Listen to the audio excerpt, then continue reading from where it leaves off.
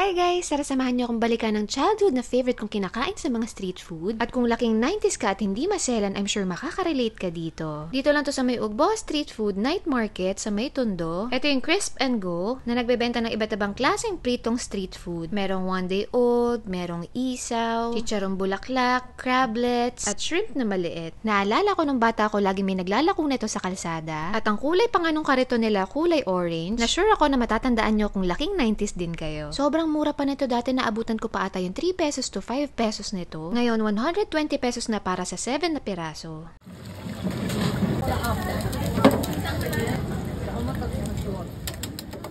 Naku, bata pa lang ako, sobrang hili ko na dito, buti na lang lumaki ako nang hindi maselan yung tiyan ko. Never pa naman sumakit yung tiyan ko sa dami ng street foods na nakain ko na at hindi ko sure kung malinis ba yun. Kaya tara, wag na natin patagalin to, i-try na natin!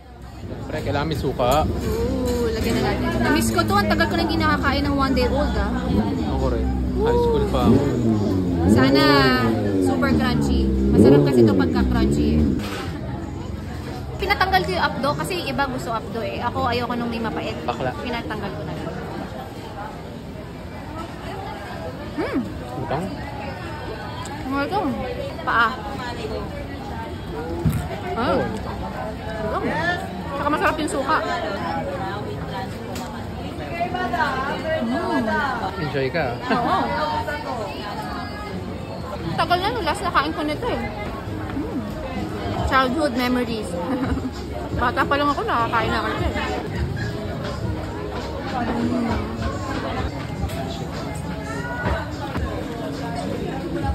Panalo dito yung nguso eh. Crunchy lagi eh. Kung saan humigop ng suka eh. Hiccup ka from the styro.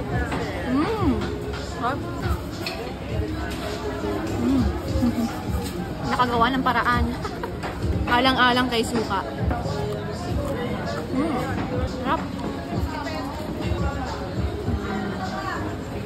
Sarap. Simple pleasure. Mga kasabayan ni Fishball na naglalako. Alam mo, masarap din itong ulamin sa kanin eh, no? Ah, oo nga. Sigurado kasi malutong eh. Tapos may suka. Okay din to sa pulutan, for sure. Yung ulo yung masarap eh, no? Simple pero masarap eh, no? Only in the Philippines. Only in the Philippines, right?